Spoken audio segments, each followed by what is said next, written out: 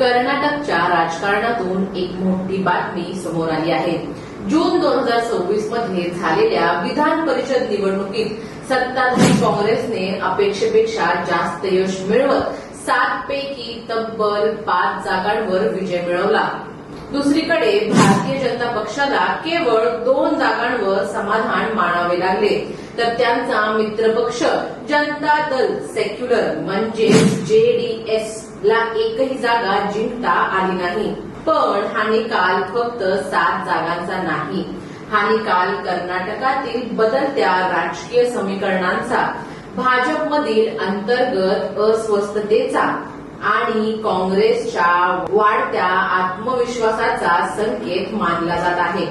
नमस्कार, मी अनुष्का आणि तुम्ही पाहताय राज्य लोकतंत्र।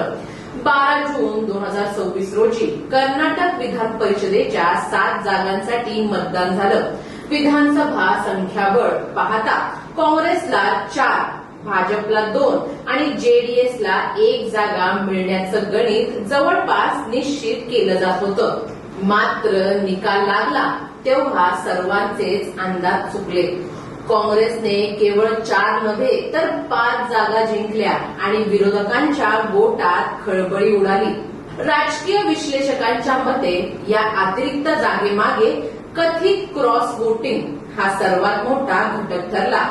विरोधी पक्षातील काही आमदारांनी काँग्रेस उमेदवाराला मतदान केल्याची चर्चा रंगली।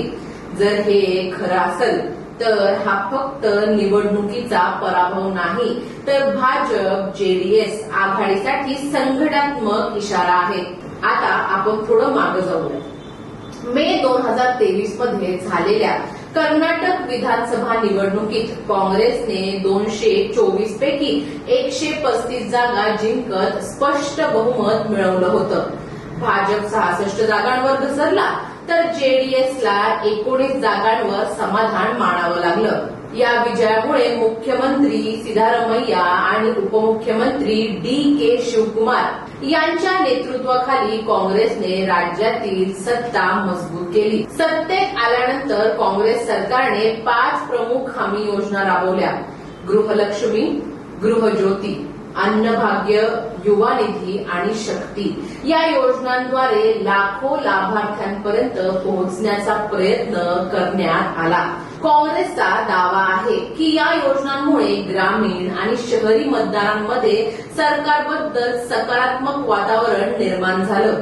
दुसरीकडे भाजपसाठी हा निकाल अनेक प्रश्न उपस्थित करतो, कारण 2019च्या लोकसभा निवडणुकीत भाजपने कर्नाटकातील 28 पैकी तब्बल 25 जागा जिंकल्या होत्या।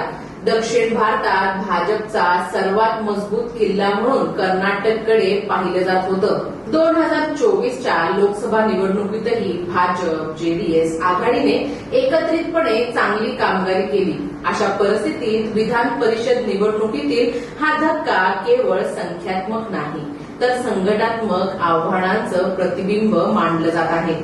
सूत्रांच्या माहितीनुसार निकालानंतर भाजपच्या केंद्रीय नेतृत्वाने राज्यातील वरिष्ठ नेत्यांना दिल्लीत बोलावून परिस्थितीचा आढावा घेतला।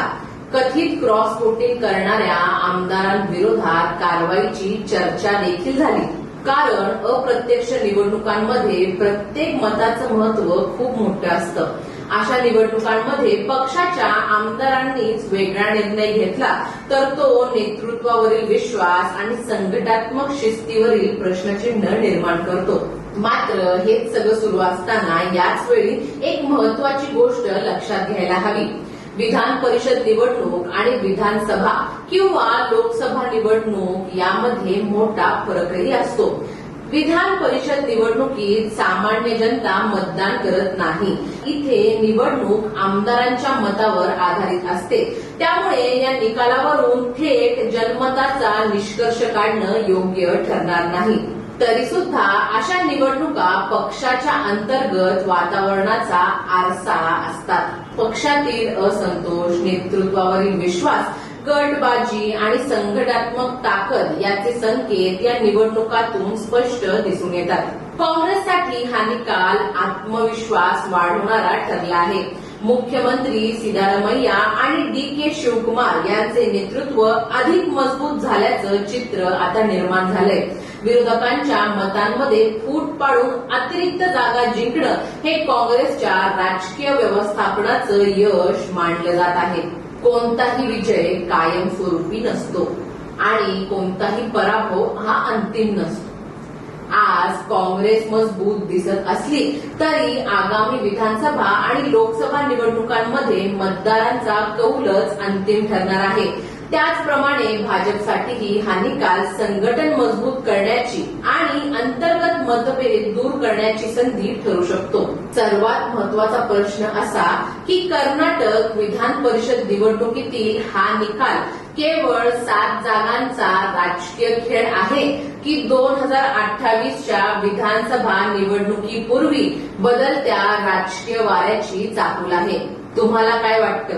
हा निकाल भाजपसाठी गंभीर इशारा आहे की फक्त तात्पुरता धक्का? तुमचं मत आम्हाला कमेंट्समध्ये नक्की सांगा. व्हिडिओ आवडला असेल तर लाईक, शेअर आणि चॅनलला सबस्क्राईब करायला विसरू नका. धन्यवाद. दैनिक राज्य लोकतंत्र.